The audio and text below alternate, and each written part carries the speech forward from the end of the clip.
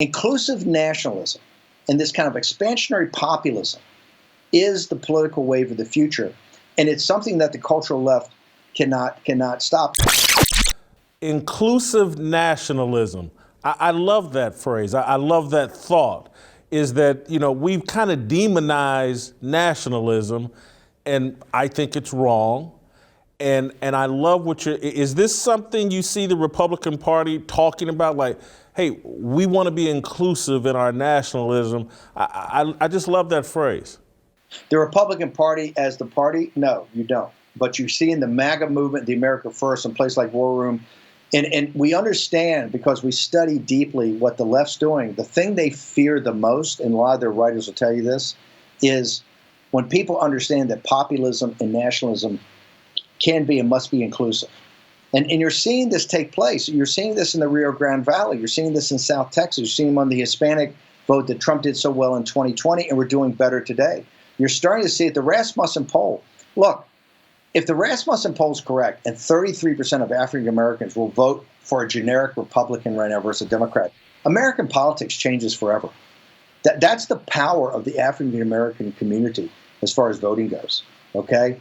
This is a tectonic plate shift, Jason, potentially greater than 1932, and we have to be inclusive because nationalism is inclusive. Remember, nationalism doesn't care about you, and populism doesn't care about your race, it doesn't care about your ethnicity, it doesn't care about your religion, it doesn't care about your sexual preference. It cares about one thing.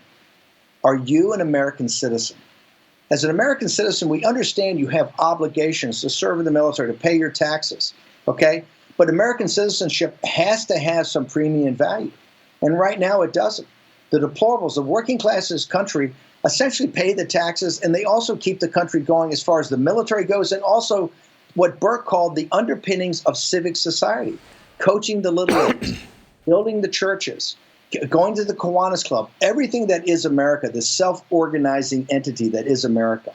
It's on the shoulders of the deplorables. What we have to do now is have a nationalism that is inclusive of American citizens, that you get a special deal because you have all these obligations.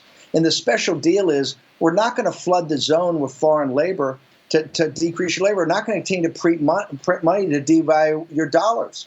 We're not going to sit there and have policies that allow a concentration of wealth to the detriment of you that you're paying for. Because remember, all the deficits are paid for by the working class. Inclusive nationalism and this kind of expansionary populism is the political wave of the future. And it's something that the cultural left cannot stop. And once you get the economic policies right for the minority community, which is really simple, it's not socialism, it's the opposite. It's a piece of the action. It's better wages because we have a more restrictive labor force. It's better wages because you have better training and opportunities, right? It's ownership and actually you have a carried interest in America. Not just the hedge fund guys have a carried interest in a fund. You as a citizen have a carried interest. You have an economic participation in the growth of this economy. Once those policies become clear, we are 2/3 of the nation. We're 70% of the nation. That's why I tell people on the right, why are you sitting there saying insurrection, civil war, forget it, breaking the country up, going in different directions. We control the country. We just have to understand we control the country. And that's what this great awakening is about. And you're seeing it now. And the elites, and by the way, the Ivy League elites, they all think the same.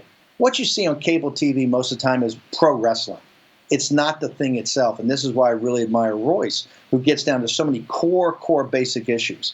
But inclusive nationalism will be 2/3 to 70% of the voting population. And once that starts to hit the polls this November, you're going to see a changed America. And that's why I keep telling people we're going through very turbulent times.